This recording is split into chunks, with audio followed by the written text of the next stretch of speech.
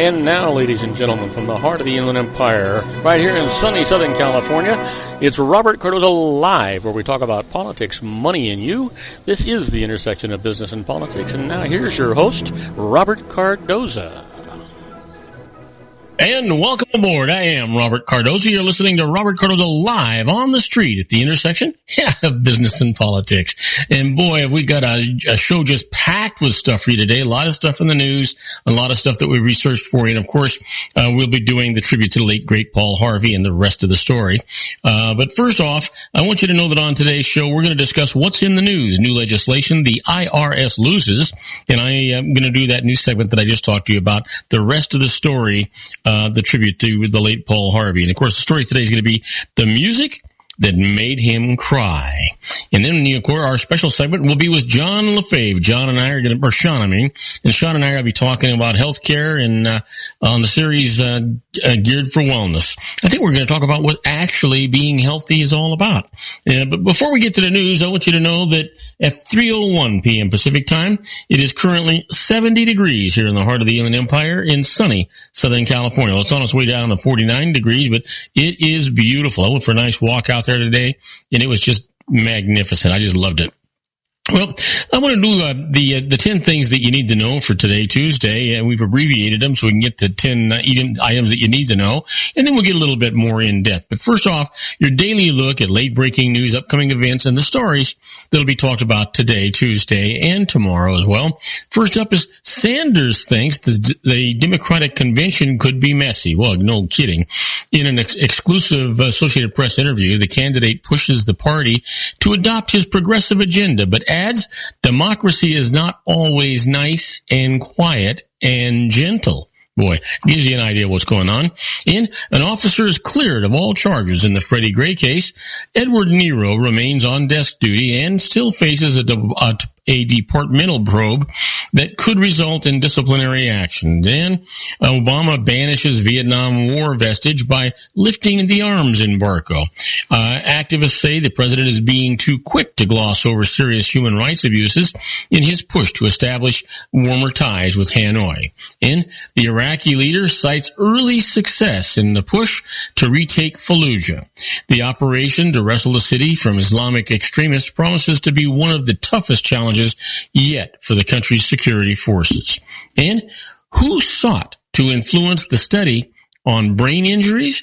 Well, the NFL tried to strong-arm the National Institutes of Health into taking the project away from a researcher who the league feared was biased, according to senior House Democrat. And what VA secretary compares health care lines to? Well, Republicans criticized Robert McDonnell's comparison of waits at VA hospitals to the hours people wait for rides at the Disney theme parks.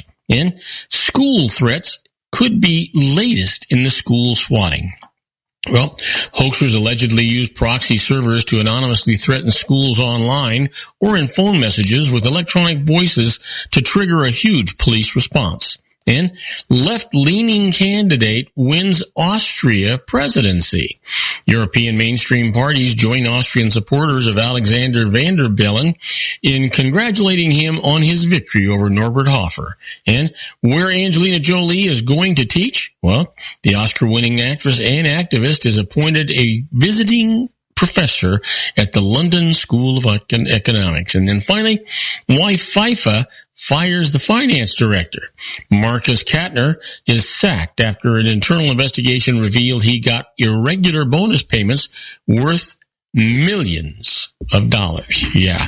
Well, let's talk about a little bit more in-depth news here today. Let's talk about the forensic expert talking about Egypt Air human remains suggest an explosion.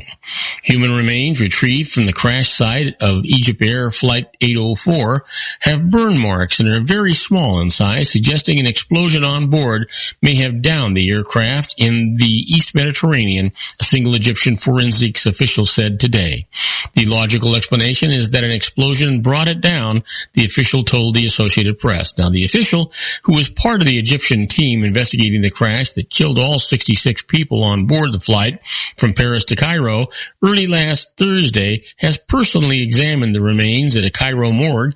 He spoke on condition of anonymity because he was not authorized to release the information. However, the head of the government's forensic agency later today dismissed as speculation all media reports about human remains from the crash indicating an explosion.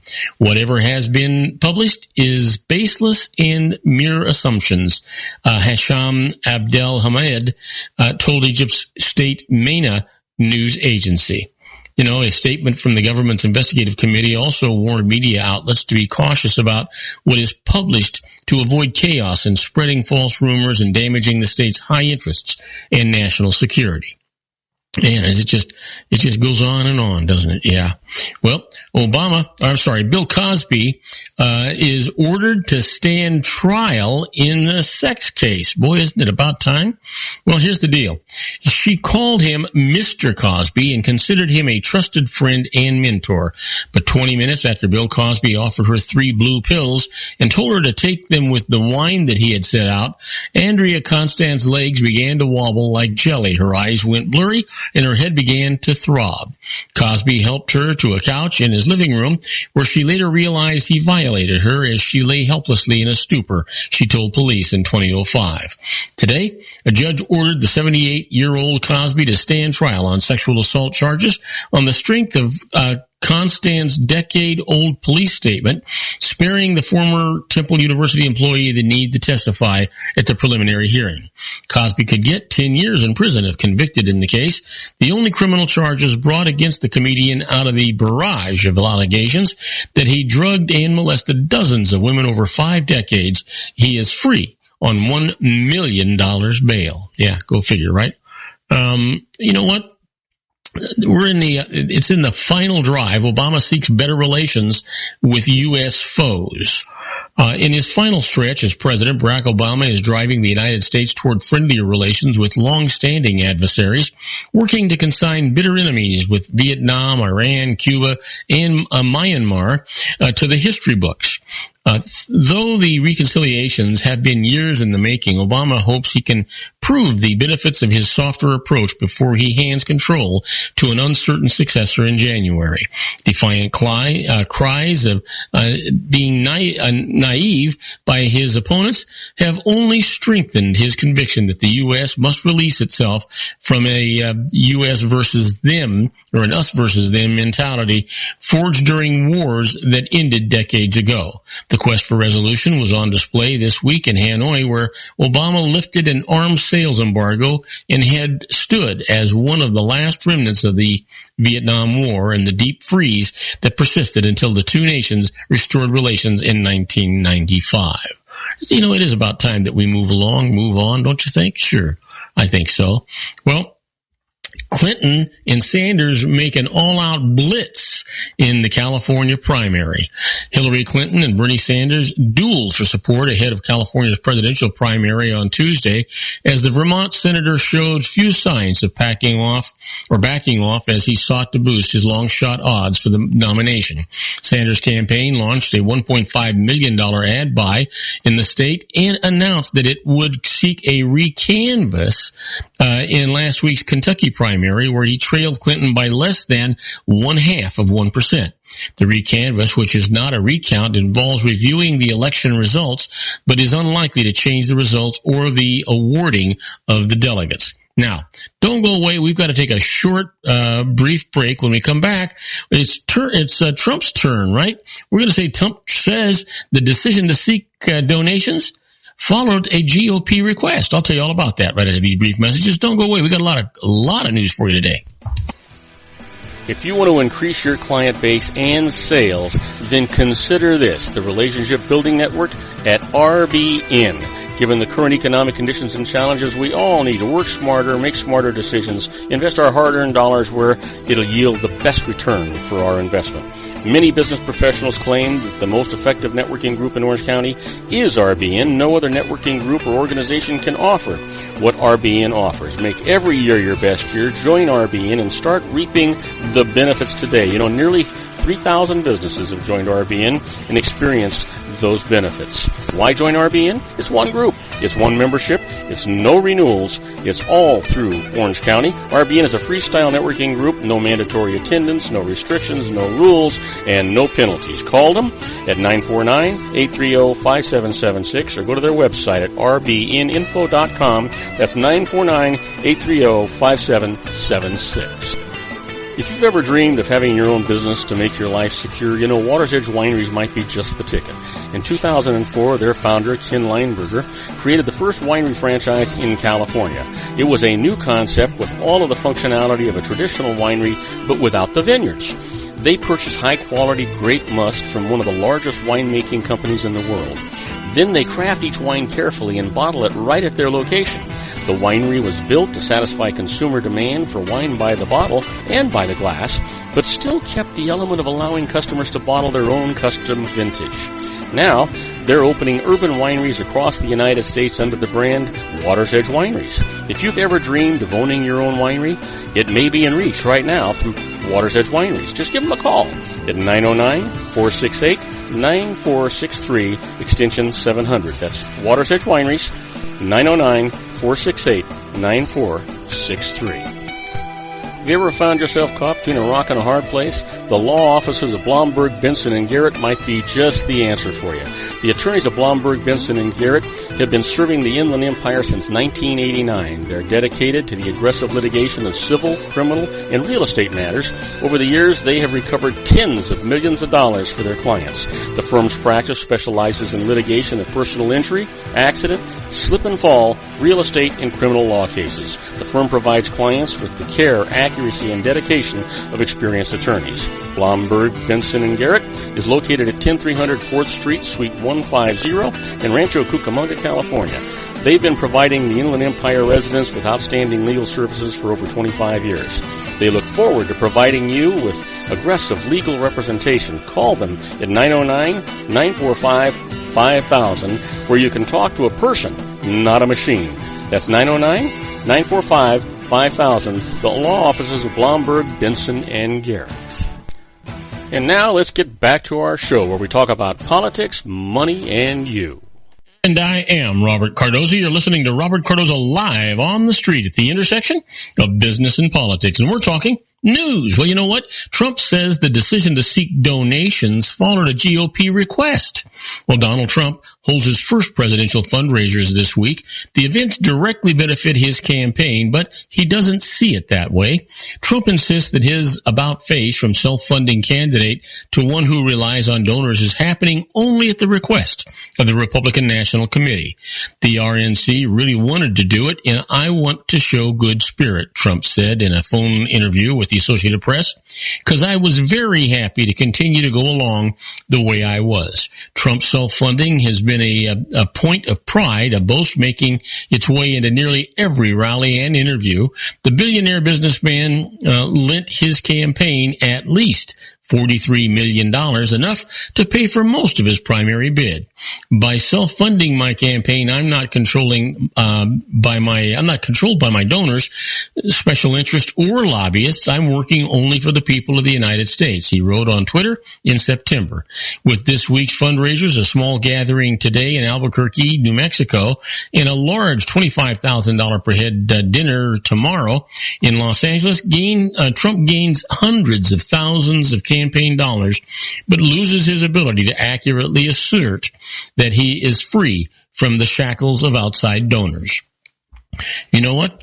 At some point, I don't see this as a downer. The truth is, he did run his self-funded campaign. He did that when he was in the primary. But now that he's going to represent the Republican Party, seems to me they ought to be willing to help him along, and I think he's doing the right thing. Well, consider obesity surgery more often for diabetes. Here's some guidelines.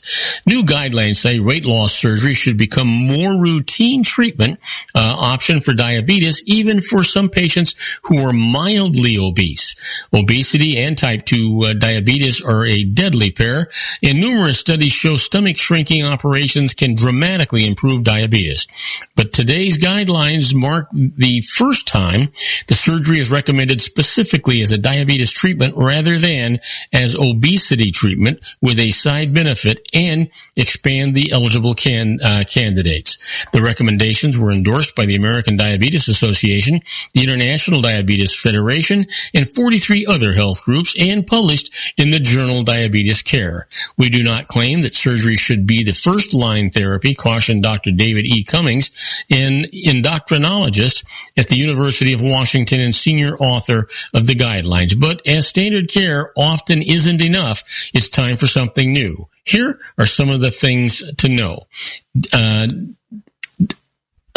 Diabetes is a serious problem. About 26 million Americans have diabetes, mostly the type 2 form, where the body gradually loses the ability to produce or use insulin to turn food into energy. Now, many type 2 diabetics, although not all, are overweight or obese. Many can control the disease with diet, exercise, medication, or insulin, but years of poorly controlled diabetes can lead to heart attacks, strokes, kidney failure, amputations, or blindness. Well, does obesity surgery really help with diabetes? Studies have long shown that most obese diabetics who undergo bariatric surgery see their blood sugar control dramatically improve. Some even reach normal levels despite quitting their regular medicine. The surgery is not considered a cure because some people relapse, but others have remained in remission for years. So, what's new? Until now, health guidelines have focused on surgery as a last resort method for the severely obese who lose weight with diabetes. Improvement considered a bonus. Today's guidelines examine 11 studies that tracked diabetes patients randomly assigned to bariatric surgery or regular care. They conclude the surgery should be a regularly considered option for certain diabetes patients, with the emphasis on better blood sugar control instead of pounds lost. So, who do you think would qualify? It's recommended for patients whose BMI or Boss Baddie mass index is at least 40, regardless of their overall blood sugar, and for patients with a BMI of at least 35 whose diabetes is inadequately controlled despite lifestyle changes and medication. Also, the guidelines say surgery can be considered with a BMI as low as 30 for patients with poor control despite usual care. So it's not the pounds that make the difference. While weight loss itself can help type 2 diabetes, operations such as gastric bypass, the most common kind, and other types of bariatric surgery are thought to help in a different way by affecting hormones, gut bacteria, and other substances that affect how the body actually handles insulin and blood sugar. The guidelines take no position on which operation would actually be best. So then you got to ask yourself, is it safe? Well, bariatric surgery, called metabolic surgery, when performed for diabetes, has become far less invasive in recent years. The risk of death or serious side effects from surgery is small and comparable to gallbladder operations or hysterectomy, said Dr. Francisco Rubino, chair of metabolic and bariatric surgery at King's College London, who helped write the guidelines. So what do you think the cost is? You ever think about it? Well, such operations can cost between $20,000 and $25,000. Insurance coverage has been more common over the past decade, but remains kind of spotty, and many insurers limit coverage to severely obese patients. Claire Cruising, a spokeswoman for the trade group America's Health Insurance Plans, said insurers will review the diabetes guidelines, but that evaluating them will take some time. Well, I can bet that. They're going to take all the time they want. Now, do not go away. We'll be actually talking some more about this with our own Sean LaFave in our health Geared for Health corner. But we'll be right back. We've got a couple of commercials we've got to play. We'll be right back with the IRS loses. The first case is a split case where the husband responsible for the family business taxes, but the wife isn't. So you'll want to hear all about that. We'll be right back. Don't go away. Isn't it time to shine the spotlight on your expertise? The Interview, starring you. Here's your chance to capture 5 minutes of fame with The Interview. This isn't just any interview. This is your opportunity to showcase your expertise and position yourself as a trusted expert in a one-on-one video interview hosted by Robert Cardoza, host of the nationally syndicated show Robert Cardoza Live and powered by AHA Studios. What is it? A professionally recorded video for your use. Robert Cardoza interviews you on the set where he records his show. professional interview showcases your expertise and value, shot in a state-of-the-art studio. And what's in it for you? Gain credibility as an expert, earn the trust of your target market, educate in a way that intrigues your audience, gain a powerful marketing tool that offers dozens of uses, website, video sharing sites, social media, email, DVDs, direct mail, lobby video, resumes, profile building, all that kind of stuff. Association with the nationally syndicated celebrity. That's right. And let's talk about AHA Studios. AHA is a strategic marketing firm that leverages the powerful and visual persuasion to help your business create powerful messages that connect with your target market. AHA ventures way beyond strategy, delivering the marketing collateral you need to start driving a new business through your doors. AHA has a full-service, in-house, state-of-the-art production studio to bring your messages to life using video. Discover how to make the interview work for you. Call 949-831-2222. That's 949-831-2222. AHA Image Studios Incorporated. Dr. Stephen Tidwell, Dental Family Dentistry in a caring, personalized environment. Here at Dr. Tidwell's office, we are dedicated to helping you keep your teeth healthy. We are a state-of-the-art dental practice that still believes in traditional values, such as excellent customer service and individual attention. We have a special welcoming offer for you for just $39, a complete exam, personal consultation, professional cleaning, and all necessary x-rays. That's a $266 value for $39. Dr. Tidwell has 2 convenient locations and experienced staff to provide you with professional care and personal attention that you deserve. Call today. Don't delay. A great smile another day. Call 909-944-7308. That's 909-944-7308 for Rancho Cucamonga or San Bernardino. Joel Saltzman is Dr. Wireless. He has turned his considerable expertise into consumer credit risk and wireless security into a highly specialized independent web-based consulting enterprise targeting consumer credit risk analysis and wireless transactional security and monitoring. He works as a wireless analyst, veteran independent agent, and consumer liaison for most wireless telecom carriers and equipment manufacturers. For more than 20 years, corporate and private clients and media audiences have counted on his unvarnished advice while weighing the technology, performance, and cost differences between Sprint, Nextel, AT&T, Verizon, and T-Mobile. Joel specializes in setting up mobile wireless hotspots to be used for disaster preparedness, business continuity, and mobile wireless merchant processing solutions.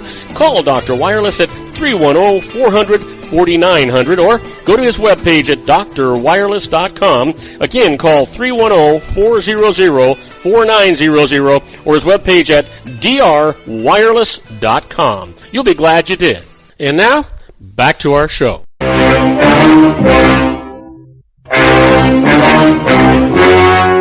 The story you are about to see is true.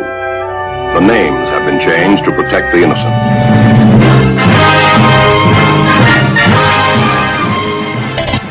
Okay, here we are, my favorite part of the story, or the story of the show, and that is the IRS loses. And we got some great ones for you today. The first case, however, is a split decision. The IRS splits on this one. They're saying that a husband is responsible for the family business's taxes, but the wife is not. So let me tell you about it a little bit. Jack Boyaging was owner and president of Far Hills Community Management Incorporated, a community association management company, and his wife, Linda, was an employee. Now, when Far Hills failed to remit taxes withheld from employees' pay, the IRS held Jack and Linda personally liable for more than $200,000. He as CEO and she as the firm's accountant. Well, they went to court, and this is what the judge said. Jack's defense that he didn't know of the non-payment of taxes was just not credible, and even if true, not effective, since it was his responsibility to actually know. But Linda, her credibility testified, she credibly testified that she dealt primarily with clients and did not have control over the checkbook or deciding which creditors got paid. So she escapes the responsibility, and actually, from this point forward, needs to make sure she's married filing separately if they stay married, that's for sure, so that she doesn't get tagged with that liability. Now, the IRS also loses this case. They cannot avoid answering questions. In this particular instance, a company filed a refund suit against the IRS. During the suit, it filed questions for the IRS to answer. Now, the IRS... I thought I heard something. I guess not. Now, the IRS answered them all by saying its attorneys lacked sufficient knowledge about them to give an answer. Now, the company protested, went back to court. This is what the judge said. The issue wasn't whether the IRS's attorneys knew the answers to the questions, but whether the IRS itself knew the answers. Now, dodging the questions by saying the attorneys didn't know the answers violated court rules and was non-responsive. So, the non-answer answers are struck. The company is allowed to ask a new set of questions in excess of what the court rules normally would allow, and the IRS is directed, I should probably say ordered, to answer them. And that's the way it should be. The IRS can't play by its own rules, ever. Well, they try, though. Here's one. The IRS conceded this one, and you know what I say all the time. They only concede if they're pretty sure they can't prevail in court. This is a deal that the airline ticket tax does not apply to the ticket provider's fee. Sounds a little complicated, but it's not so bad.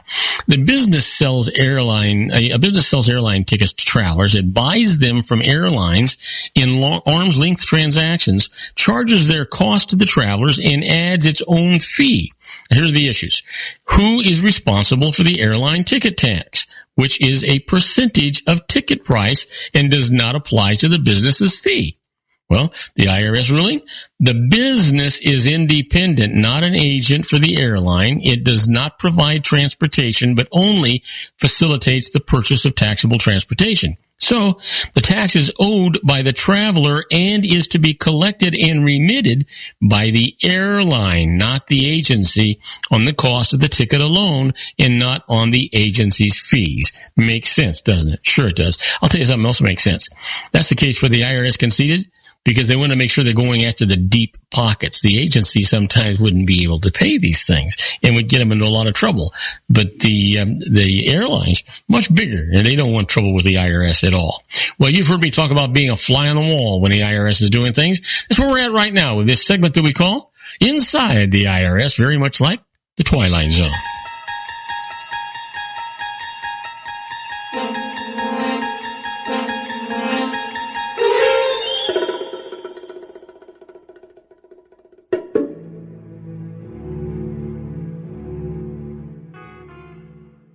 Okay, so listen, these are not tax court cases when we're talking about inside the IRS, but they are precedents and things that the IRS is actually looking at that holds a lot of bearing on what's going on. In the first case here, we're going to talk about leasing versus buying equipment for your business. Now, even though a transaction is structured as a lease, the IRS may take the position that you really purchased that asset. And the consequence, instead of deducting the entire monthly lease payments, you'll be required to depreciate the cost of the asset using IRS guidelines. Now, the IRS will generally challenge a leasing transaction if you're able to purchase the equipment for a nominal fee at the end of the lease. So here's a strategy for you. Always ask your accountant to help structure the lease to make sure that it'll survive an IRS challenge. It's not so difficult to do. You just got to be reasonable, and that's why we tell you to go ahead and use your accountant. That's the best way to do it. Let me give you one more here. When a tax return is fraudulently prepared, you think you're home free? Well, listen to this. The accountant who prepared the tax return may be susceptible to pressure from the IRS agent who discovers that he or she helped the taxpayer coordinate a transaction that required or resulted in tax evasion. Now, here's an example of that. Let's just say the accountant advised the taxpayer that business deposits made into a checking account should be classified as loan payments to avoid reflecting them as income on the tax return. Now, when faced with going to jail, the accountant will likely tell the IRS agent everything he wants to hear. So the self-defense here is when a tax return was fraudulently prepared, the accountant who prepared it should never represent the taxpayer before the IRS. The taxpayer should hire an experienced tax attorney who will be able to rely on the attorney-client privilege to avoid providing incriminating information to the IRS. Trust me, that's exactly what'll happen. You don't want the guy that got you in trouble to try and defend you. You want to make sure that you're protected, because the primary defense he's going to give is for himself. Guaranteed. That's just the way it's going to be. Now, do not go away. Coming up, we're going to be having our tribute to the late, great Paul Harvey and the rest of the story. We've got a great segment for you today. You'll be shocked at the end of it. But right after this commercial break, we're going to be with our own Sean LaFave in his Geared for Wellness Corner. We're going to be talking about what really is healthy, and we'll be talking about some news items that actually came out today, too. So don't go away. We'll be right back with our own Sean LaFave in the Geared for Wellness Corner. If you want to increase your client base and sales, then consider this, the Relationship Building Network at RBN. Given the current economic conditions and challenges, we all need to work smarter, make smarter decisions, invest our hard-earned dollars where it'll yield the best return for our investment. Many business professionals claim that the most effective networking group in Orange County is RBN. No other networking group or organization can offer what RBN offers. Make every year your best year. Join RBN and start reaping the benefits today. You know, nearly 3,000 businesses have joined RBN and experienced those benefits. Why join RBN? It's one group. It's one membership. It's no renewals. It's all through Orange County. RBN is a freestyle networking group. No mandatory attendance, no restrictions, no rules, and no penalties. Call them at 949-830-5776 or go to their website at rbninfo.com. That's 949-830-5776. If you've ever dreamed of having your own business to make your life secure, you know Water's Edge Wineries might be just the ticket. In 2004, their founder, Ken Leinberger, created the first winery franchise in California. It was a new concept with all of the functionality of a traditional winery, but without the vineyards. They purchased high-quality grape must from one of the largest winemaking companies in the world. Then they craft each wine carefully and bottle it right at their location. The winery was built to satisfy consumer demand for wine by the bottle and by the glass, but still kept the element of allowing customers to bottle their own custom vintage. Now, they're opening urban wineries across the United States under the brand Water's Edge Wineries. If you've ever dreamed of owning your own winery, it may be in reach right now through Water's Edge Wineries. Just give them a call at 909-468-9463, extension 700. That's Water's Edge Wineries, 909-468-9463. Have you ever found yourself caught between a rock and a hard place? The law offices of Blomberg, Benson, and Garrett might be just the answer for you.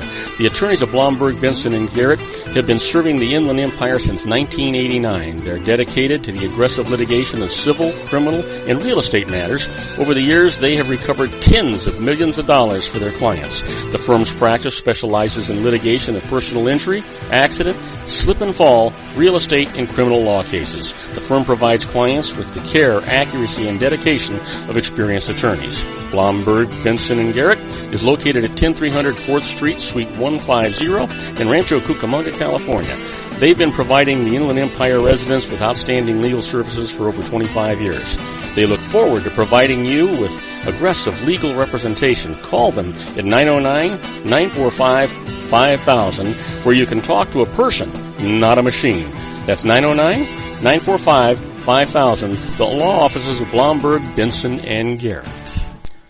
And now let's get back to our show where we talk about politics, money, and you. And now, ladies and gentlemen, coming to you from his personal meditation lounge in Orange County, California, a professional dedicated to conquering many chronic conditions from autism to weight loss and everything in between. The nationally recognized wellness coach, consultant, and lecturer, Sean LaFave, in his Geared for Wellness Corner.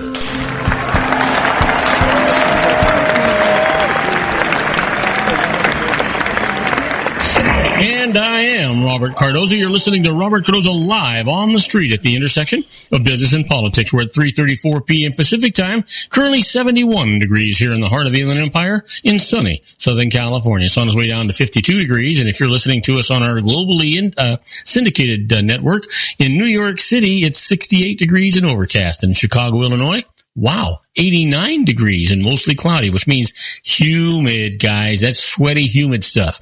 But I'll tell you a guy who's not sweating. He's calm, cool, and collected. That's our own Sean LaFave. Hey, Sean, you out there, buddy? Sean. Yep, I'm here. Robert, how you doing? I'm doing good. What were you doing? Scratching your nose or something, or what? Not just scratching, hacking, and doing all those kind of things. So listen, my friend, how was your weekend? It seems like time just flies so fast. You don't remember, do you? I don't. I'm like, every time you asked the question, I was like, God, did we actually have a weekend? I don't even remember. I had a little bit of fun, went out with some friends, and just kind of like nothing specific.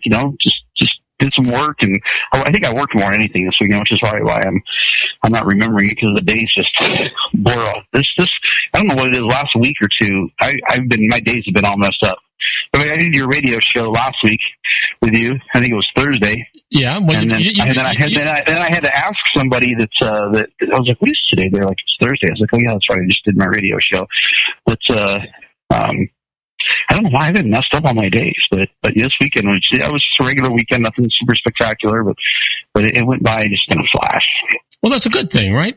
If time is going by, it's and going by fast, it's because you're really busy, you're enjoying what you're doing, it's fruitful for you, as opposed to it being a drudgery because things are not going so well. Yeah, that's for sure. Because if it's a drudgery and things are not going well, then time seems to, for some reason, really slow down. It's sort of like sort of like what I was describing to you last week. I sit here and sometimes I'm under the pressure and I'm watching the clock trying to get to a commercial break. I'm ad-libbing time trying to fill it, and that clock is just going slower and slower and slower. And then when I get my good buddy Sean LaFave on, things like a fan. It does go by. This hour is the quickest hour, I think, of my entire week. This one, and of course, both days, Tuesday and Thursday, but definitely the quickest hours. Yeah, unbelievable. Hey, listen.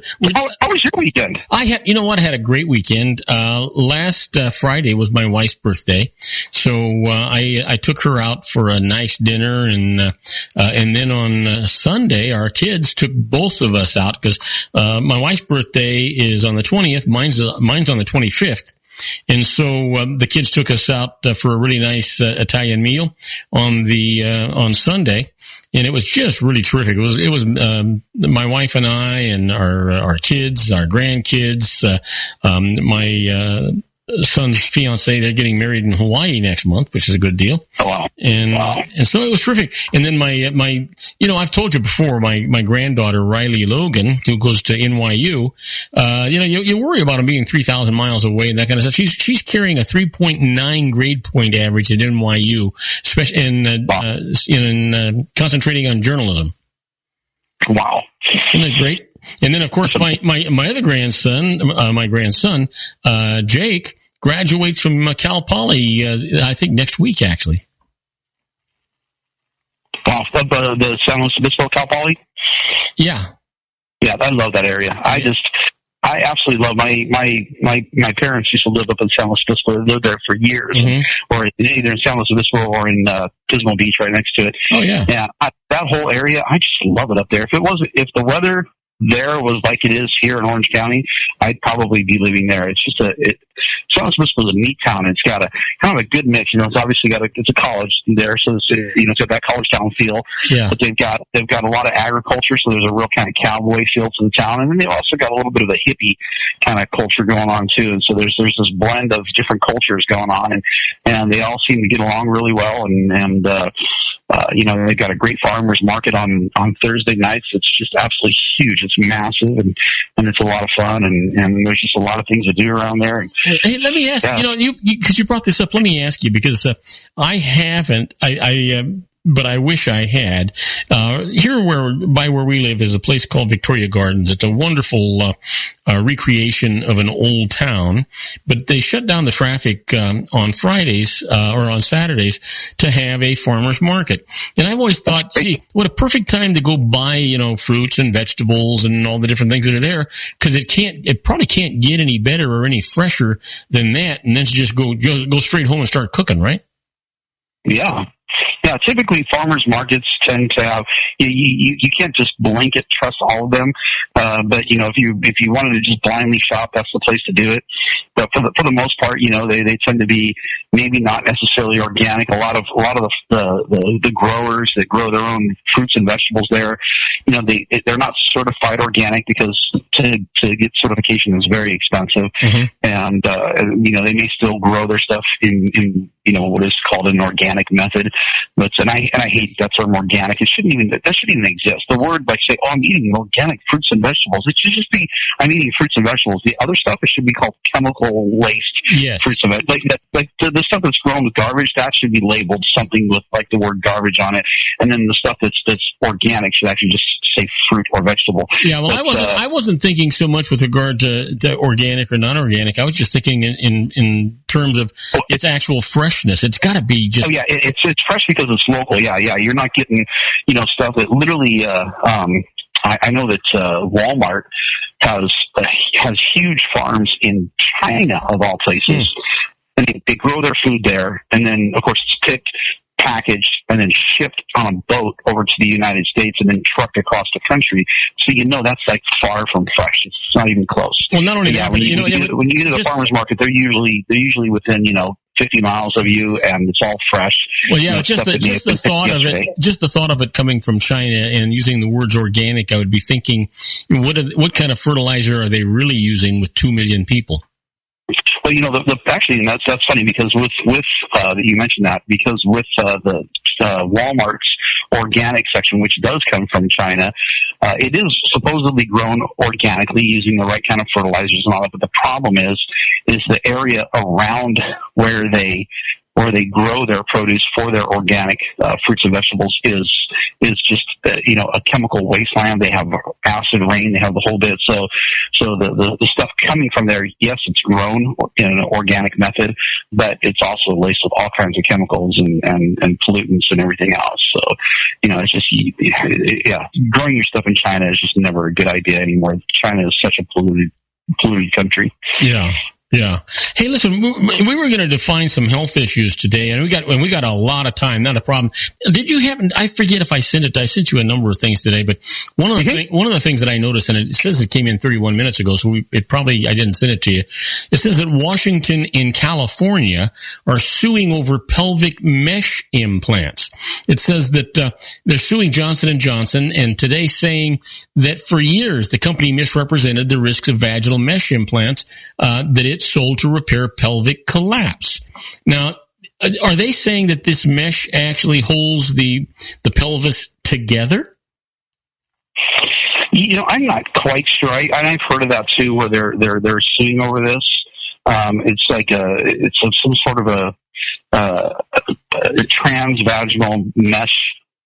And I don't know if it's like I hear the word mesh implant and I think of like a weave kind of like material or something like that. So I'm not really sure exactly what it does, but it's just not something that I'm familiar with at all. So I really wish I could give you an answer on that one, but I'm not sure if it's supposed to hold things together. I'm assuming it's replacing some sort of a soft tissue that's maybe been destroyed or torn or deteriorated somehow. Yeah. Well, here's one though that I think you can answer. It is specific to women, so it must have something to do with the reproductive tissue, but I'm not quite sure what it does. Well, here's one. A bill could put a range of chemicals under federal scrutiny, like that's really helped in the past. Toxic chemicals are used in everyday products such as household cleaners, clothing, furniture, and they've been linked to serious illnesses, including cancer, infertility, diabetes, Parkinson's disease, and it's under current law, only a small fraction of these chemicals used in these products have been reviewed for safety. We're allowed to go ahead and use them. Can you believe it? Yeah, it's there's all kinds. There's phthalates and parabens and triclosan and the stuff they use. I think it was called foamy agent, sodium lauryl sulfate or laureth sulfate. Okay, so hang on a second. You're saying parabens and this thing says chemicals. Are parabens considered chemicals? I thought parabens were wax. No, parabens are as long as I've known, it's a paraben is it's a chemical. It's usually used as a preservative. They use it in pharmaceutical and cosmetic products, and they do use it in some foods as well. So that it's just a paraben is just a but it's a compound of things, and it's typically chemicals. Paraben wax is probably a wax that's made from some type of chemical. Well, I know years ago when I worked for the Revlon Corporation, methylparaben was part of what we would put into cosmetics to create, especially with the hand creams and things like that. You'd put paraffin in there because, and paraben was a preservative. Paraffin is what I was thinking. It was a wax because we used to put paraffin in it so that when you felt your hands, they felt soft and moist. It was just a phony thing. Yeah, paraffin is definitely. I'm not sure if paraffin is. I think that is like a wax. Paraffin is like a wax kind of deal. Paraffin is a wax. Paraben is a preservative. It's a preservative. Yeah. Right. Exactly. Yeah. So you're right. I don't know how safe paraffin. It's funny. Talking about candles and all these things. I went and stayed the night at a friend's house. This was a few years ago. And in the evening, I walked in, and my buddy's wife had all these candles going. And of course, it was really strong. They smelled nice, but it was really a strong odor because there were so many of them going. And, it can be repulsive. And it was actually, but for whatever reason, she wanted the house to smell like whatever these candles, some sort of floral scent. And the next morning, I got up. And I went to this coffee shop in the town that I really like. It's a cute little coffee shop. And I ordered an espresso, and I drank my espresso, and I went, oh, gosh, it tastes like soap. It's like, I didn't want to say anything because I like the people there. They're really nice. And I thought, well, maybe someone washed the cup and didn't rinse the soap out of it. It's like, this is not going to kill me. No big deal, right? And I had ordered an egg and cheese sandwich on like an English muffin or something like that, and I ate, and I was eating that, and I'm like, God, even this tastes like soap. I'm like, what is the deal? And everything that I ate tasted like soap, and all of a sudden I realized when you eat something that doesn't have soap in it and it tastes like soap, it's a sign of your body being overly toxic. Oh, really? And so just breathing in all of the chemicals from all of those candles that she had going made my body, because, I spent the whole night there breathing that in all night. My body got so toxic that everything that I ate the next day for probably a good 12, 13, 14 hours, pretty much all the way, it stopped somewhere in the evening time. Everything tasted like soap. Well, there's a couple of things I've identified here. One, it's been a long time. It was some time ago that you actually stayed at this friend. They haven't invited you back. Two, they had all these candles, which must have been masking some other odor that they didn't want you to. It was worse than you were to smell. And three, they fed you dinner, but that you spent the night and they didn't bother to feed you breakfast. I don't get this. Don't they like you at all? Apparently not. I never looked at it that way before. Maybe they don't. Hey, take it easy. Don't be smoking that stuff while you're on the air. Exactly. Hey, listen, speaking of smoking, they know that kicking the habit, adult smoking rate in the United States is falling fast, it says. Unfortunately, it's only in the United States that it's falling because these tobacco companies are just promoting the hell out of tobacco everywhere else. It says the nation seems to be kicking its smoking habit faster than ever before. The rate of smoking among adults in the United States fell 15% last year, thanks to the biggest one-year decline in more than 20 years, according to a new government report.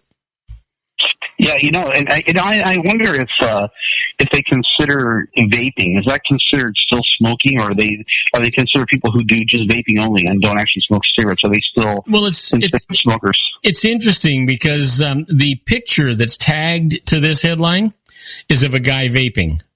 Yeah, sure. So I'm guessing that these people that have switched to vaping, which is really no better for them than the cigarettes were, they're not counting that, and maybe that's what the reduction's being caused by. Yeah, and I think that's what it is. But the problem is that, first of all, the stuff's filled with chemicals, and they're finding out that it's just as bad as cigarettes, maybe even worse. But the other thing that they're finding is people will start vaping because they look at vaping and they're like, oh, that's not so harmful. Like, that's not a big deal. Well, nicotine is very addictive, and all of a sudden now people become addicted to nicotine. Well, they're saying that's a segue into actually smoking. So a lot of people actually start using vaping, and then they move on to actually smoking cigarettes, burning cigarettes. And so, the whole vaping thing is just, it's crazy to me, that people think that, this is a great, safe alternative, and it's absolutely not. Well, that begs a question, though. If that's true, and I don't doubt that it is, that vaping actually leads to an acceleration and that you move on to real cigarettes for whatever reason, then wouldn't it also draw an analogy to people that are smoking marijuana moving up to heroin and meth and stuff like that? Well, that may be, because the human nature is you get used to something, and what used to give you that feel-good feeling, it doesn't give you that as much as it used to. You get used to it, and so now you're going to want to take the next step. But with vaping and cigarettes, that's an easy transition, because really the addictive property is exactly the same. You go from a liquid nicotine, a pharmaceutical nicotine, to the nicotine that's just naturally contained in the tobacco leaf. So let me ask you, if and you may not know, because you know what, when I can remember years ago when they had the cigarette advertisements on television, they were talking about smoke whatever this thing was. It's less tar and less nicotine. In vaping, do they still have tar, or is tar gone and they just have the nicotine? The tar is gone. The tar is very destructive. That's one of the problems with smoking, is the tar is just it sticks to you. They literally makes that's what makes your lungs black. Is that tar. But the tar is not addictive. The part that creates the addiction is the actual nicotine itself. And so, with vaping, you're not getting the tar anymore, which is great, but you're still getting plenty of other chemicals. So when we talk about smoking can cause lung cancer, is it the tar or the nicotine, or a combination of both? The tar is typically I think what used to be the problem, but now when they talk about like smoker's lung, you get that black lung, and that was from the tar. But there's so many chemicals. Most cigarettes are so filled with chemicals now that the chemicals are really probably the bigger problem than the actual tobacco itself. Yeah. Yeah. Especially like these menthols, they got all this thing. They're just loaded with chemicals, tons of chemicals in cigarettes. And cigarettes burn, they burn a lot faster. If you smoked, in fact, when I'm working with a client, I hate telling people, you need to quit smoking, because they've heard that from so many people. That's nothing new. It doesn't make me sound like I'm a smart guy. Now I just sound like another person who's harping on them, right? Yeah. But what I will say is, if you do smoke, why don't you try to switch to American spirits? Get the ones that are all 100% natural tobacco. You can even get organic tobacco leaves. They are definitely more expensive, but geez, what is it? What did we say it was going to be? $5.50? It's going up to $7.50 for a pack of cigarettes. Yeah. So, if you're talking an extra $1 at that point, it used to be, it went from, maybe it was $3 as opposed to $4.50. That was a significant, that was 50% more. But now it's really not. It's only maybe 15% more. Yeah. And so it's the price gap percentage-wise is smaller now than it used to be. But I definitely tell people, if you're going to smoke American spirits. One, the cigarette burns a lot longer. You can take an American spirit and smoke it, and it'll literally take 2 to 3 times longer, because there's no fluff and fillers in there, so they don't burn as fast. So the person who's smoking that American Spirit cigarette, are they still getting that same amount of smoke that they inhale and exhale? Yeah, it would be pretty much the same amount of smoke, but it would take you 3 times to at least twice as long. Still reaching 2 to 3 times longer to get that same amount of smoke, because it's what you're burning is tobacco. You're not burning all those additives and all those fillers and whatever. I don't even know what the hell they put in cigarettes nowadays, but they've got so many chemicals in them that they just burn a lot faster. But yeah, so the smoke amount, I'm assuming, is about the same, but it just doesn't burn as fast when it's an American Spirit. Okay, so I want to move on to because we only got a couple of minutes left before we have to take a break. And so what I want to do is I saw this thing and I was intrigued by it, and that is that now most people can consider obesity surgery more often when it comes to diabetes, and they've got a whole set of guidelines, and they're not saying it works in 100% of the cases. And I was just kind of wondering what your take was. They're saying saying that, diabetes and obesity, are kind of related, in a majority of cases. And now even insurance companies are suggesting that, an obesity surgery, would be, gastric bypass, that kind of stuff, would be paid for by the insurance company because it could relieve, them of having to pay for a lifetime of diabetes medications. Yeah, I'm pretty torn on that because it's definitely a quick fix, and it's, I believe, a short run fix. Mm-hmm. But if it's not done in conjunction with a change in lifestyle, then it's really just a really really huge Band-Aid. It's a very effective one, but it's not fixing the problem. And I remember 10 years ago, I was talking with JJ Virgin, and she said, Sean, diabetes always is in conjunction with a person being toxic. You can't get diabetes unless you have toxicity.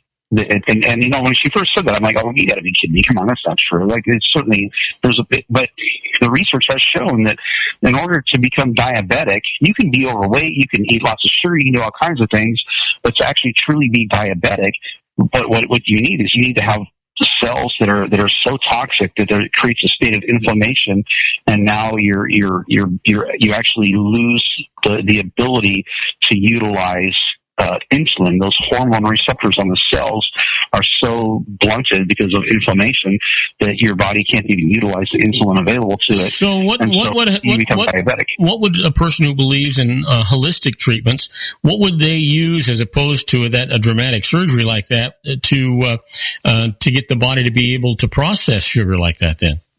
Yeah, you would simply put the person through a detox program. You want to get everything from, glutathione, which is considered the mother of antioxidants, is what people refer to it as. Mm-hmm. And glutathione is key for your body's detox process. When your body has to detoxify itself, glutathione is always involved in that process. And so when a person becomes overly toxic and they deplete their glutathione stores, they actually become just drained because the body needs the glutathione. When it's depleted, you run out. So you support the production of glutathione in the body. You support the detox pathways like the liver and the kidneys and the gut.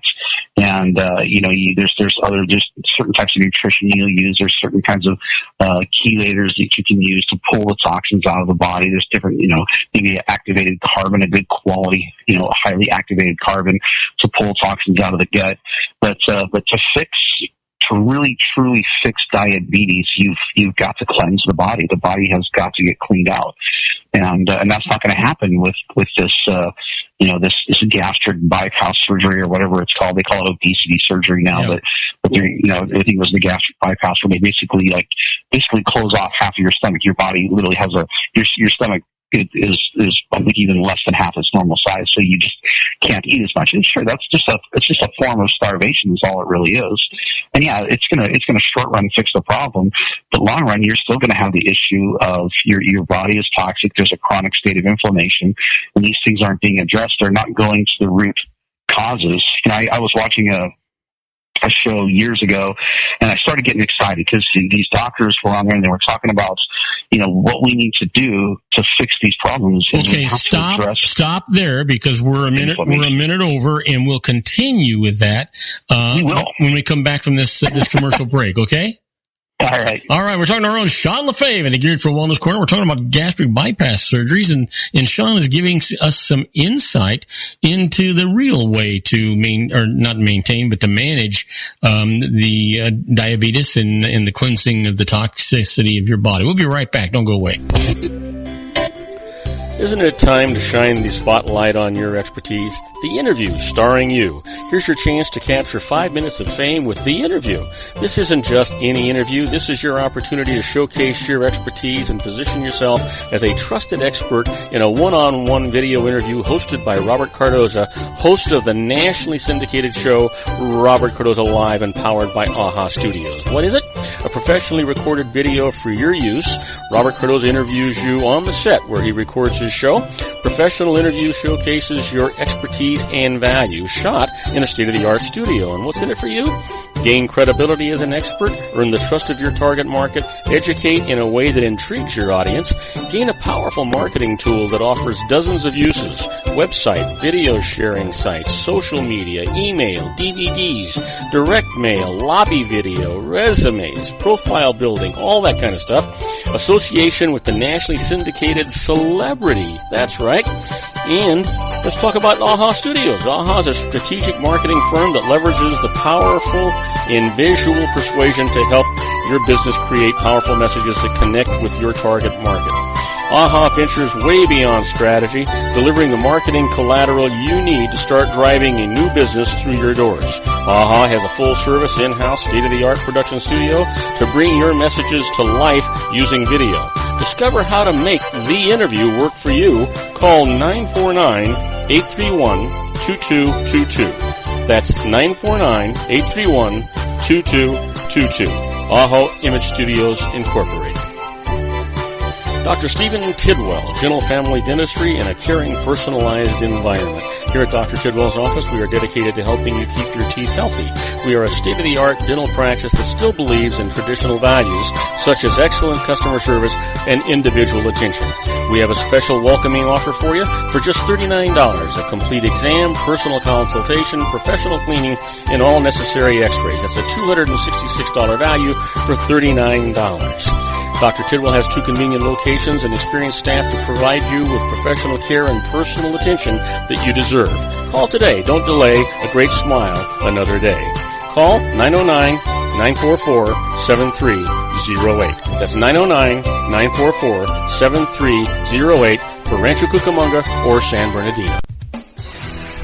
Joel Saltzman is Dr. Wireless. He has turned his considerable expertise into consumer credit risk and wireless security into a highly specialized independent web-based consulting enterprise targeting consumer credit risk analysis and wireless transactional security and monitoring.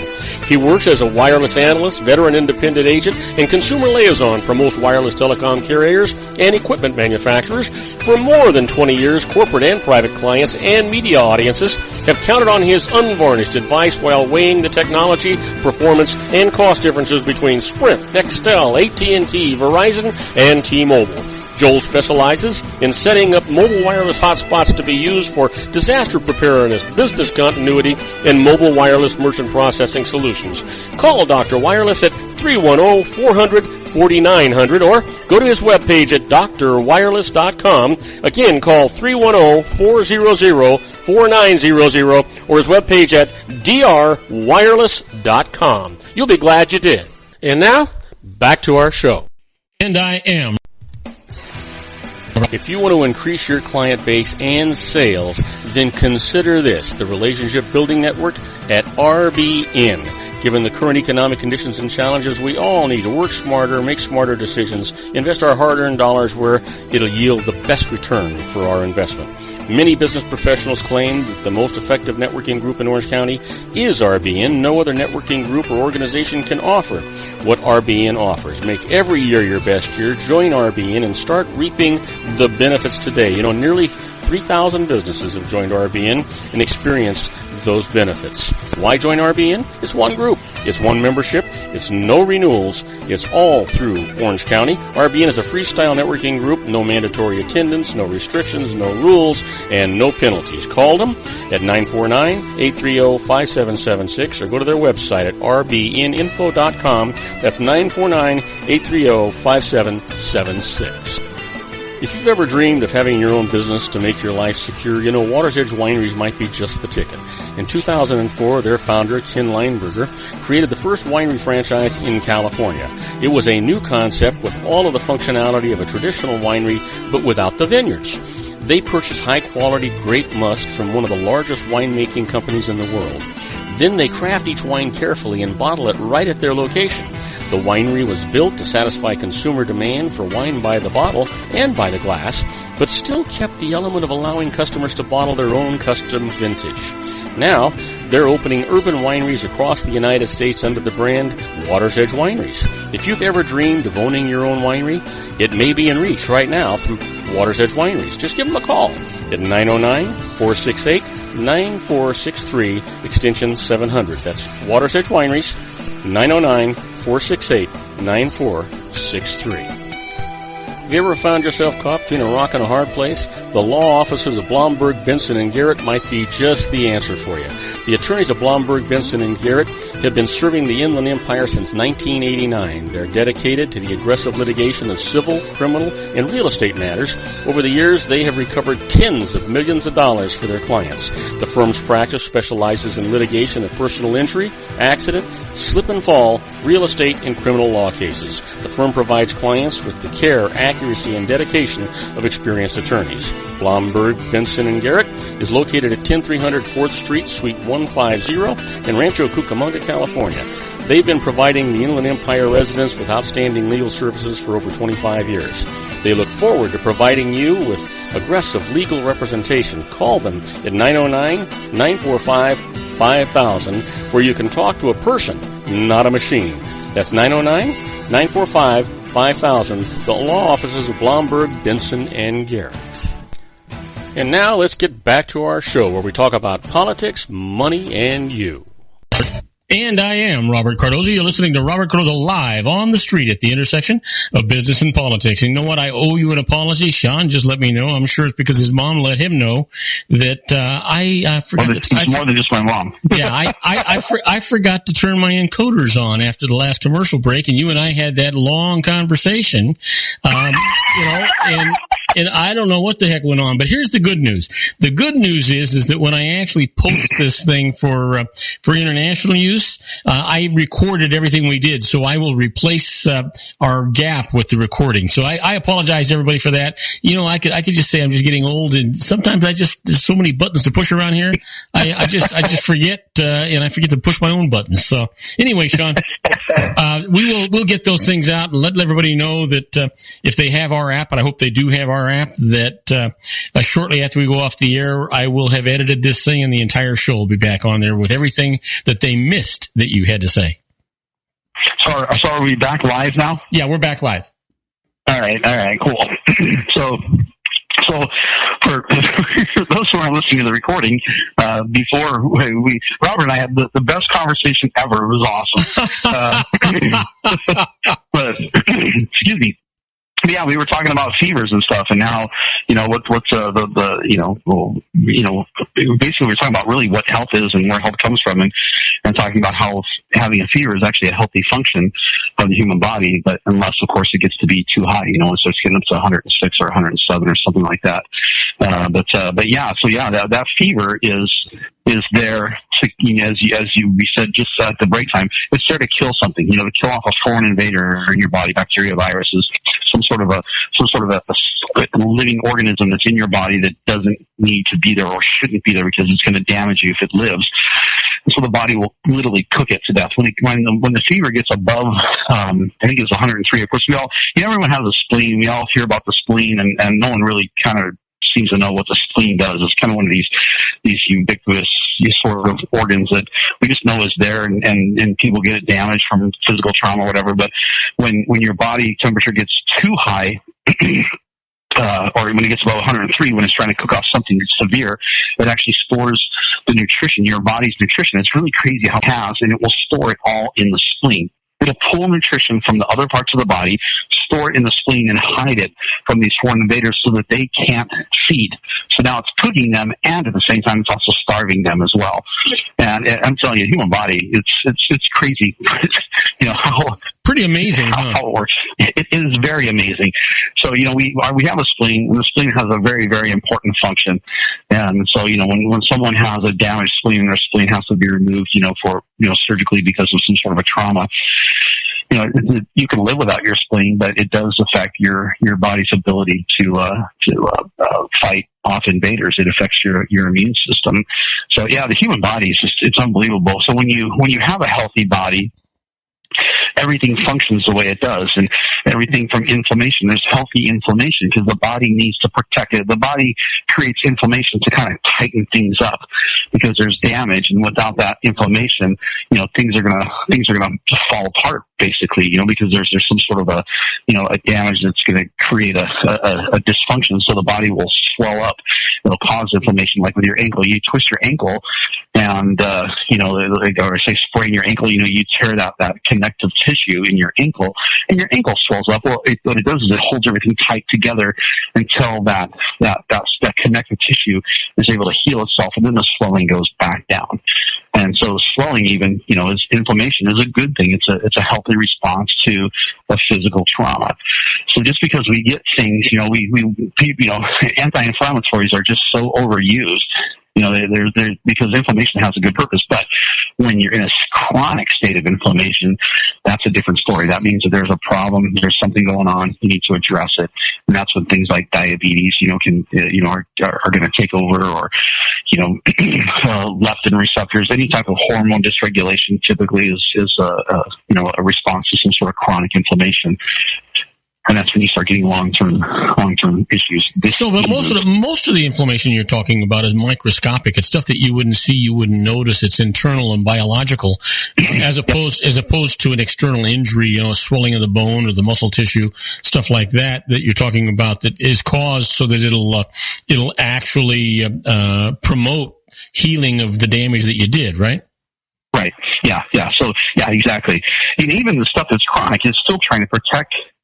The cells where it's trying to protect the body, but the problem is, and this is the analogy that I use, if I have a healthy immune system, my body, I can go out and I can, I've done things like get road rash, or I've cut myself, or, I get damage and my body heals up and I don't get an infection, because I have a good immune system. Mm-hmm. But, if I stabbed myself, if I took a knife and I stabbed myself in the leg, and then I ask people, I say, well, if I stab myself in the leg with a knife, and, let's pretend that, we can even say, I put some sort of antibiotic cream on it or whatever to prevent it from getting infected. Mm-hmm. Would my body eventually heal up that cut wound from that knife? And of course, most people would say, well, yeah, of course it is, because your immune system works. But I said, well, I just told you I stabbed myself. I didn't say that I actually pulled the knife out. I just left the knife in there. Now is my body going to heal? And of course, the answer is no. It's going to continue to fester. It's going to get infected. It's going to get inflamed. It's going to, have inflammation going on and all these, pus and all kinds of nasty stuff. Because it wants to get rid of the knife, right? It's trying to get rid of the knife, yeah. And so by the way, that was a really stupid thing to do, Sean. I want to tell you. Well, it didn't feel very good either. It's so funny. I came up with that analogy years and years ago, but now when every time I tell it, have you seen that movie Young Frankenstein? Yes. There's the scene where he's got the scalpel in his hand, and he pounds his fist down on his leg and stabs himself with the scalpel in the leg. And I don't know why that scene always comes to mind, but it was just funny, his reaction to it. But well, you know what? It's the same thing. Mel Brooks movies are amazing. Yeah, it's the same thing as the Three Stooges. I used to watch that, and I'd laugh so hard that tears would come down my eyes watching the Three Stooges. Right, the things that they would do. That you could never do to another person that would hurt them so bad. Oh, yeah. You would kill people with the stuff they used to do in these movies. Of course, nowadays they probably wouldn't even allow it on TV because, they're afraid someone would actually, it's amazing that the generation, my generation and your generation, that we didn't all kill ourselves according to, the experts. They believe, if you watch things on TV, you're just going to replicate that and go out and do it yourself. And I'm thinking, no, we'd all be dead. if we did what we saw on TV, we'd all be dead right now. Yeah. The Three Stooges was awesome, but anyway, so yeah, the point is, you've got to remove whatever's causing the problem. In this case, if you got a knife stuck in your leg, you've got to pull the knife out in order for the body to heal. And that's the same thing if you get, if your body's filled with pesticides because, the foods that you eat or, living in a place, if you live near an agricultural place where they spray all the crops with pesticides, you're going to be breathing that in all day long. You get heavy metals from your vaccinations, from your amalgam fillings. You have lead. Lead is everywhere. You've got lead in water. Lead is it's pervasive. It's all over the place. Well, that's where that's where that phrase came from, That the phrase. Yeah, get the lead out. Oh, yeah, get the lead out. That was the phrase from. That's exactly where you get the lead out. I've used that phrase several times, and it's, you know, it's a nice kind of like way to kind of help alleviate stress and tension. Because when you're sitting with someone and you're like, look, you go over a heavy metals test, and you're like, you got this and you got that, and these are all the problems it's causing, and people start freaking out. They're like, how do they get all this stuff? I'm like, don't worry, we're gonna get the lead out of your ass. You know, it's not gonna be a problem. You know, and they'll laugh. You gotta get someone to laugh sometimes, because it is kind of scary to think that we've got all this stuff in our body that our body doesn't know how to deal with, because it's not something that, you know, whether you believe in creation or evolution, our body is not designed, it hasn't evolved to deal with things like glyphosate or mercury or lead or artificial sweeteners or whatever the case, whatever you're putting in your body that is a chemical. You know, look what Agent Orange did to our Vietnam soldiers, you know. I mean, it's just, the body is not designed to deal with all of these toxins, and so they get bound up in your soft tissues, and they just create long-term havoc. And the only way to fix it is to really put the body through a true cellular detox process. You know, doing a liver cleanse and a colon cleanse, and you know, I think it was my sister Patty. I think when she was on those shows, she said that she goes, "I've opened up a lot of cadavers, and I've never seen a dirty colon before." And I thought that was funny that she said that, you know, but it's true. You know, the colon doesn't really get dirty. You don't need to do a colon cleanse. You know, the colon is designed to cleanse itself. You go poop and it's done. You know, the things can get impacted, and I've known people who have had, oh my gosh, I can do not gosh, I can't think what they're called, where they spray the water up your butt to clean out your colon. An enema. Well, that's not an enema. An enema is you just squirt water up there, you hold it in for a little bit. But this one, they actually stick a hose up there. Oh, Jesus, a colon cleanse. Yeah, it's a colon cleanse, but it's you can do a colon cleanse where you actually take like drink some like juices and some things like that you know, you do from stuff that you take internally. But this. Well, I'll tell you what, if you've ever had a colonoscopy, and I've had a sigmoidoscopy, and I've had a colonoscopy, and I got to tell you, when they're going to give you a colonoscopy, they give you this gallon of stuff to drink. I want to tell you, they have cleansed you. They have cleaned you out. You could eat in there. You know? Yeah, well, I'm good. I'm not that hungry, but thanks for the offer. Yeah, I can only imagine. I've never had one, and yeah, no, thank you. But yeah, they do these. Gosh, I can't think of a hydro something or another. They literally take a hose, they stick it up your butt, and then they hose you out, and then they flush out your system. And you know, I've talked to people who've done it, and they said that they thought it was really helpful. But it's also a short-term fix. Boy, you know what? That gives a whole new meaning to a pain in the ass. Yeah, that is a whole new meaning to a pain in the ass, for damn sure. Yeah. So I have no idea how we got onto that. I don't know. We're going south fast. That's all I can say. You know, it started with one lousy button I forgot to push, and yeah, exactly. I know. All of a sudden, you start talking about pushing your own buttons, and the next thing you know, we're sticking stuff up people's butts. Like, how did that happen? Yeah. Well, we've got 4 minutes to continue this provocative conversation. Well, you know, I think you sent me some articles. We can probably move on from you know, the point is, you know, if you're chronically sick, and that's the whole point of what we were talking about. If you're chronically sick, you can't fix it with something short term like a gastric bypass or a colon cleanse or, you know, whatever the case might be. You've got to go in and get to the root of the problem, whatever the cause of the issue is. You've got to get rid of that, just like pulling that knife out after you've been stabbed. Yeah. You know, you've got to get to the root cause of the issue. So anytime someone's got something chronic, whether it's fibromyalgia, autoimmune, you know, thyroid problems, diabetes, whatever, you know, even people who have chronically getting stuff like, you know, gallstones or, you know, kidney stones or whatever the case might be, you know, there's an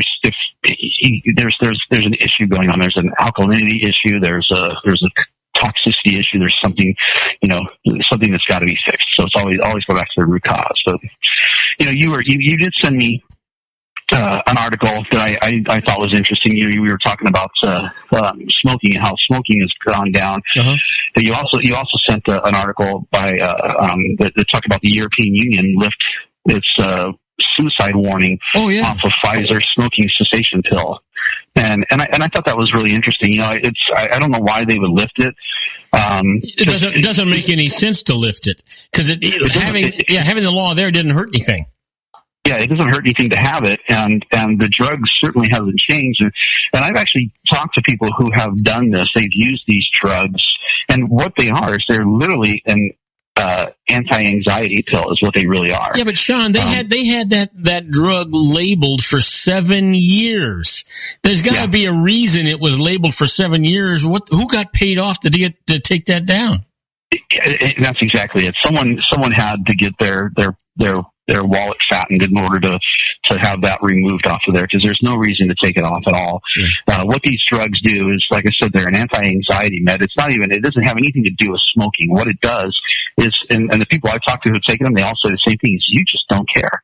You don't care at all about anything. You don't care you didn't get a cigarette, even though you really want one. If you don't get one, you're like, yeah, no big deal, I don't care. But they say you don't care about anything. Like one buddy of mine was saying, he goes, I used to, he drives a lot up in LA, and he says, man, he goes, the traffic is crazy, people cutting you off, honking their horn at you, and he goes, I would get so mad, he goes, I would just get angry, and he goes, when I was on that med to stop smoking, he goes, I didn't care. People would honk their horn, flip me off. He goes, I just didn't care. I wasn't angry at all. It didn't bother me. And that may sound like a good thing, like, oh wow, I bet his stress level was down, and it probably was. But the problem with not caring about anything is, having suicidal thoughts. A lot of people, they struggle with the fact that, they feel suicidal. I just don't want to live anymore. I want to kill myself. And I've heard that. Well, you know what? I've never had a suicidal thought, but I've had a few homicidal thoughts. Well, I've had a lot of those.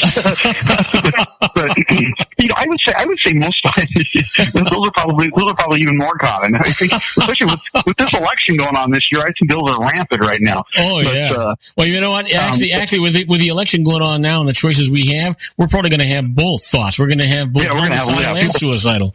Right, exactly. We're going to have a little bit of everything going on. Yeah. And I was listening to I think it was a comedian. He was talking. He goes, I used to live in Seattle, which had which has the highest suicide rate in the country, and I finally moved. I moved out to New York, which has the highest homicide rate. And he goes, I guess I'm not a do-it-yourself kind of guy. But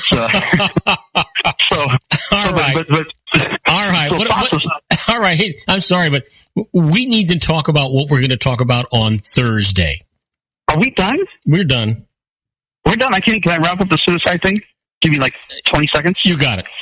Okay, so suicide really is it's a prevalent thought. Most people struggle with thoughts of suicide, and when you take a drug like this that makes you not care, that's why people commit suicide more, is because they don't care about the consequences of killing themselves. Most people will not kill themselves because they know it's going to hurt someone else. It's going to leave destruction behind. And so when you take a drug that makes you not care anymore, like these anti-smoking drugs, you can kill yourself and not care about the consequences. And so that's why I think it's terrible they took that warning off of there. But next week, we were going to talk about pregnancy today. We obviously didn't, so let's just roll that. We'll talk about, what's a healthy pregnancy, what's a look for, prepare for, those kind of things. So we'll talk a little bit more about that, how that's connected to all these kids' health problems. So I heard you say next week, but you mean next Thursday. I mean next Thursday. I meant next Thursday. Yeah, you're like, no, don't leave me. Next Thursday. This 2 days from now, this coming Thursday, we're going to talk about healthy pregnancies and healthy babies. Oh, you know what? That sounds fascinating.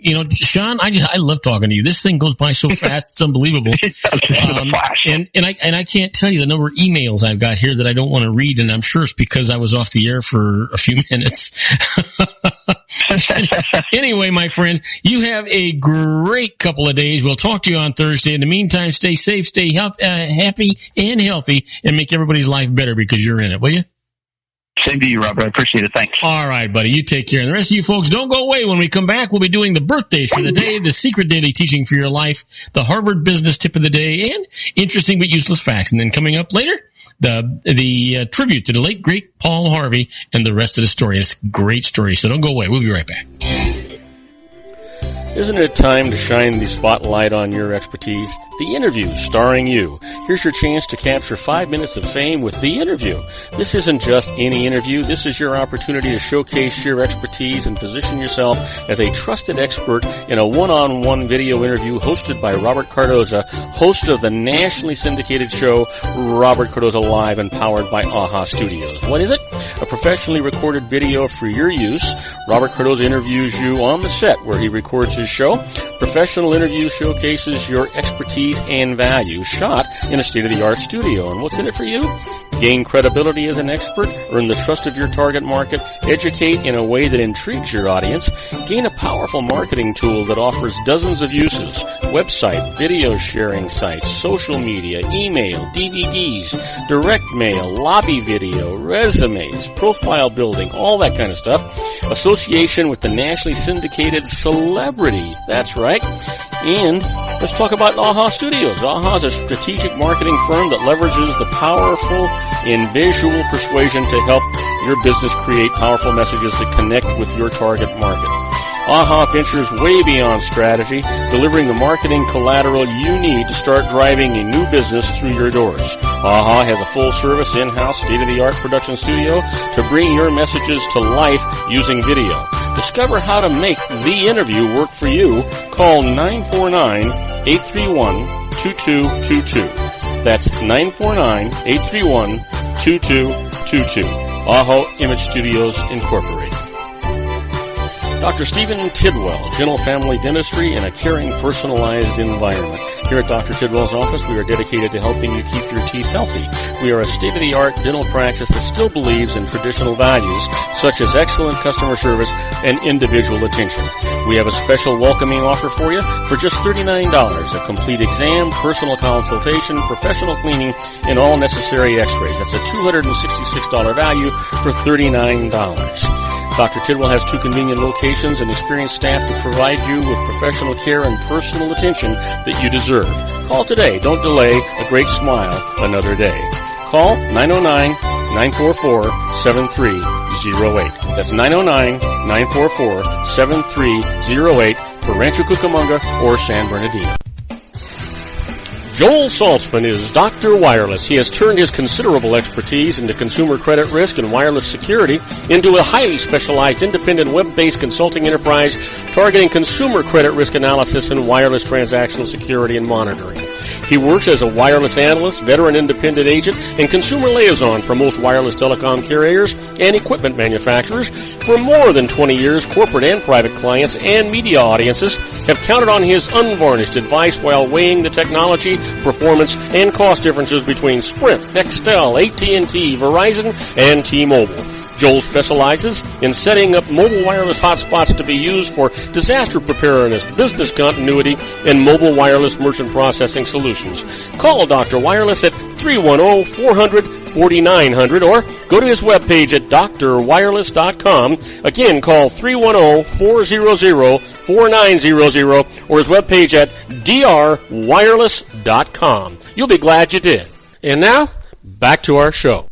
And I am Robert Cardoza. You're listening to Robert Cardoza Live on the street at the intersection of business and politics. And I want you to know that at 4:43 p.m. Pacific time, it's currently 72 degrees here in the heart of the Inland Empire in sunny Southern California. That's down from 75 degrees on its way to 51 degrees, but it is just beautiful outside. And if you're listening to us on our syndicated global network and you're in London, England, well, you know what? It's 52 degrees and it's overcast. And Vienna, Austria is 57 degrees and mostly cloudy. You know what? Madrid, Spain, 66 and clear. Good stuff. Well, you know what? I want to remind you that coming up next, we'll be doing our tribute to the late Paul Harvey and the rest of the story. We got a fantastic story for you today. It's called The Music That Made Him Cry.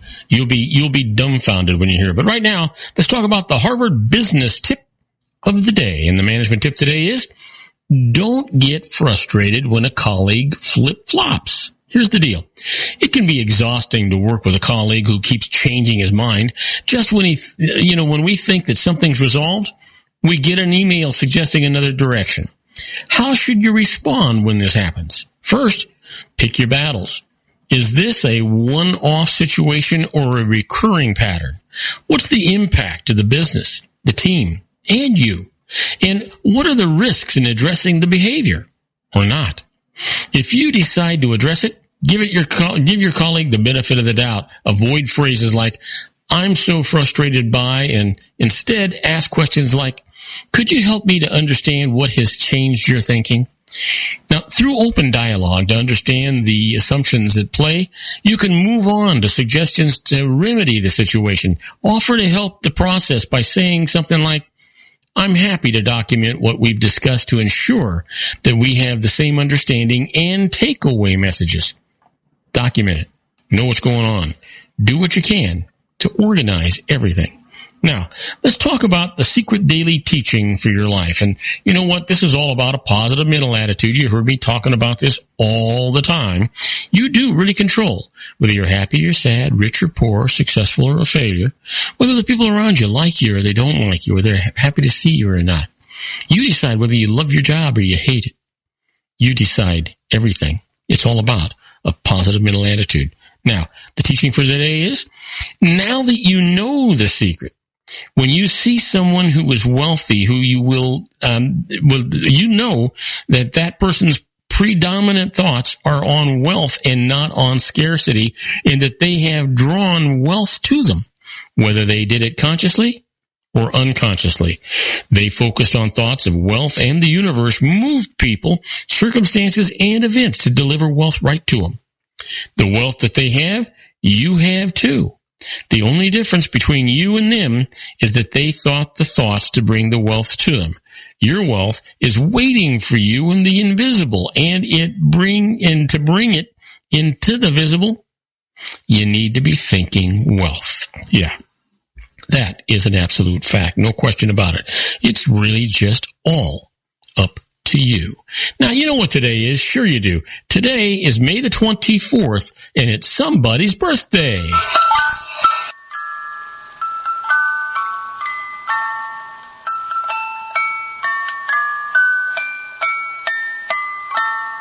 And first off, I want to wish a very, very happy birthday to my godchild, Teresa.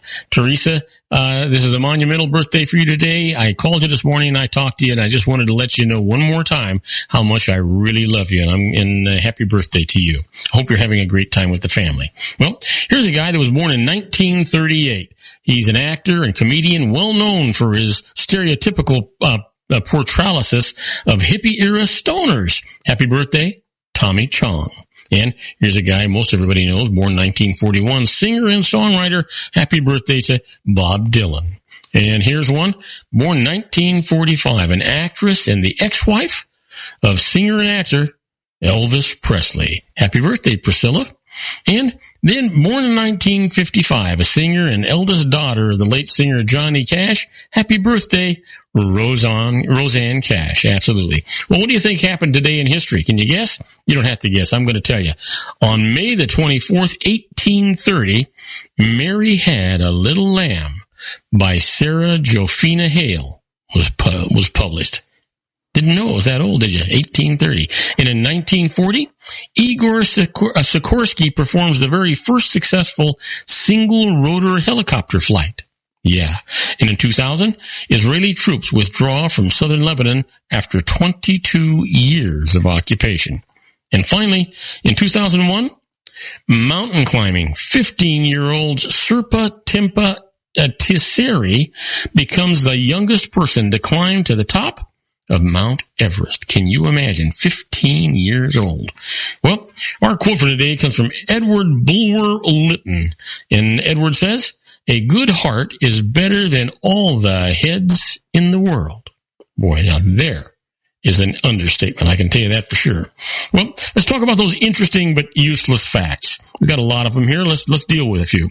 Did you know that top corporate executives take separate planes in case one crashes? They don't want to have the company crash too, right?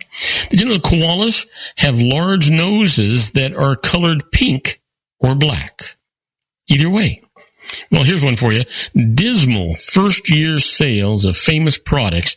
VW Beetle in the United States sold 330 in their first year. Liquid paper sold 1,200 bottles in their first year. How about this? Cuisinart sold 200 the first year. Remington typewriters sold 8 in their first year. Scrabble sold 532 in their first year. Here's one for you. Coca-Cola sold 25 bottles in its first year. And then that's for a total of $50. Supplies and advertising ran $70. So give that some thought. Holy cow, right? Well, let's leave it off with this one, I think. The largest species of seahorse measures 8 inches. Not so much if you think about it. And I'll give you one more before we go. Did you know the world's first roller coaster opened in 1884 at Coney Island, New York? Now, that's something to think about. Great place. If you've never been, it's still there. It's wonderful to walk through there and think about it. Now, don't go away, because when we come back, I'm going to be doing the tribute to our great and late Paul Harvey in the rest of the story. We'll be right back after these brief messages. Don't go away, folks. If you want to increase your client base and sales, then consider this, the Relationship Building Network at RBN. Given the current economic conditions and challenges, we all need to work smarter, make smarter decisions, invest our hard-earned dollars where it'll yield the best return for our investment. Many business professionals claim that the most effective networking group in Orange County is RBN. No other networking group or organization can offer what RBN offers. Make every year your best year. Join RBN and start reaping the benefits today. You know, nearly 3,000 businesses have joined RBN and experienced those benefits. Why join RBN? It's one group. It's one membership. It's no renewals. It's all through Orange County. RBN is a freestyle networking group. No mandatory attendance, no restrictions, no rules, and no penalties. Call them at 949-830-5776 or go to their website at rbninfo.com. That's 949-830-5776. If you've ever dreamed of having your own business to make your life secure, you know Water's Edge Wineries might be just the ticket. In 2004, their founder, Ken Leinberger, created the first winery franchise in California. It was a new concept with all of the functionality of a traditional winery, but without the vineyards. They purchased high-quality grape must from one of the largest winemaking companies in the world. Then they craft each wine carefully and bottle it right at their location. The winery was built to satisfy consumer demand for wine by the bottle and by the glass, but still kept the element of allowing customers to bottle their own custom vintage. Now, they're opening urban wineries across the United States under the brand Water's Edge Wineries. If you've ever dreamed of owning your own winery, it may be in reach right now through Water's Edge Wineries. Just give them a call at 909-468-9463, extension 700. That's Water's Edge Wineries, 909-468-9463. Have you ever found yourself caught between a rock and a hard place? The law offices of Blomberg, Benson, and Garrett might be just the answer for you. The attorneys of Blomberg, Benson, and Garrett have been serving the Inland Empire since 1989. They're dedicated to the aggressive litigation of civil, criminal, and real estate matters. Over the years, they have recovered tens of millions of dollars for their clients. The firm's practice specializes in litigation of personal injury, accident, slip and fall, real estate, and criminal law cases. The firm provides clients with the care, accuracy, and dedication of experienced attorneys. Blomberg, Benson, and Garrett is located at 10300 4th Street, Suite 150 in Rancho Cucamonga, California. They've been providing the Inland Empire residents with outstanding legal services for over 25 years.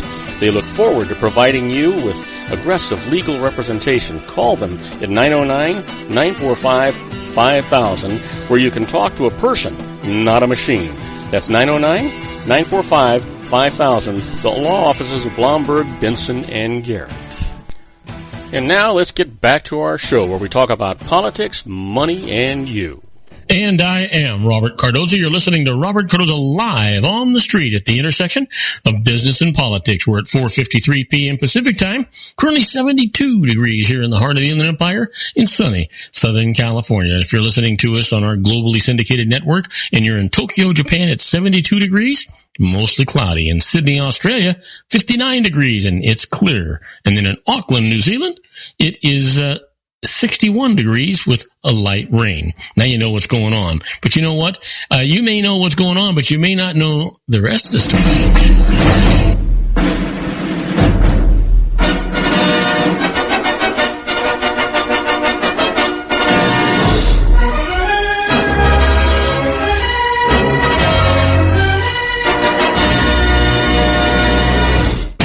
And it's time for our tribute to the late, great Paul Harvey and the rest of the story. You know, Paul was the biggest and best voice in America, reveals the startling heartbeats that are behind all the headlines that are going on.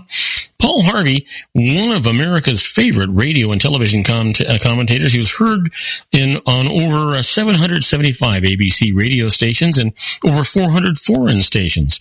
He was seen on 110 television stations, read in 300 newspapers, a recipient of numerous awards and honors, including 9 honorary degrees.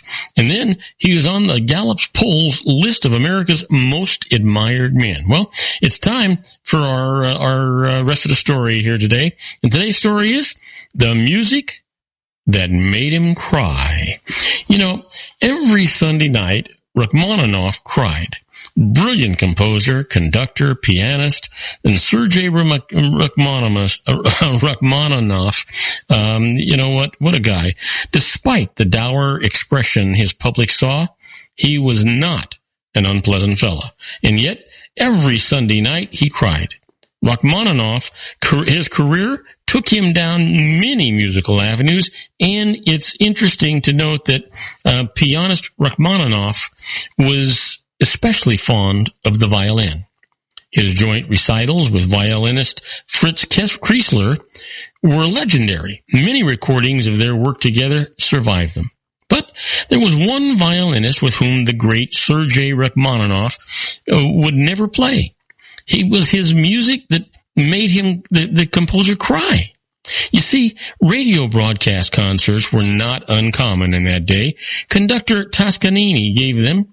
The pianist Hurwitz and Rachmaninoff himself, they gave them. So whenever the composer's favorite violinist graced the airwaves with his magical music, Rachmaninoff was there, a devoted fan, listening attentively, and then he would cry. Why? Well, that's what the rest of the story is all about. It stands to reason that Rachmaninoff, his favorite violinist, was a fellow Russian, American-born of Russian parents, and the two had much more in common than their heritage. As children, both loved their chosen instrument, but neither liked to practice. And for a surprisingly long time, neither of these great artists played their instruments very well. But backgrounds were disciplinarian, and yet neither boy could resist playing hooky from school. Both, while adoring classic music, enjoying popular music from time to time, even played it some in a little while. Their mothers set their earliest musical examples. Both played the piano, but neither child had much else in common with his parents. It was their maternal grandmothers to whom they related best. Neither boy was by any means small in stature, but both would run from a fight. Both were to marry once for life, and both wives survived them. Both seemed to resist old age, though they eventually reached it. And both, though they rarely smiled before their public, possessed a remarkable, if dry, sense of humor. Rachmaninoff? Humor? Well, violinist Fritz Kreisler remembered a prankish Rachmaninoff. It was during one of their joint recitals in New York that Kreisler had a momentary lapse of memory. He edged toward the piano and whispered to Rachmaninoff, "Where are we?" Rachmaninoff never skipped a note as he answered, "In Carnegie Hall." Yes, the composer had a sense of humor. In fact, it was that sense of humor that brought him and his favorite violinist together. Though that great violinist was not the incomparable Kreisler with whom Rachmaninoff played, he was a great artist indeed, and Rachmaninoff was his greatest fan. For the tears Rachmaninoff cried when he listened to him were tears of laughter. The music that made the composer weep for joy was humor itself. And while, for all their similarities, Rachmaninoff went to achieve musical immortality, violinist Benjamin Kublinsky did not. The would-be violinist would take another path to the admiration of the great Rachmaninoff and achieve immortality elsewhere for himself. If, at last, Kublinsky would be recognized as he played his simple theme song, Love in Bloom, it was enough for the world and for composer Rachmaninoff. For the unspectacular violinist who scratched and screeched his way into the hearts of those who knew how to play, you know him as Jack Benny. And now you know the rest of the story. Well, folks, don't forget to get our app. It's absolutely free. You can go to googleplay.com if you've got an Android or a Windows product, and you can go to the Apple Store if you've got an Apple product. Just search, in both cases, Robert Cardoza Live.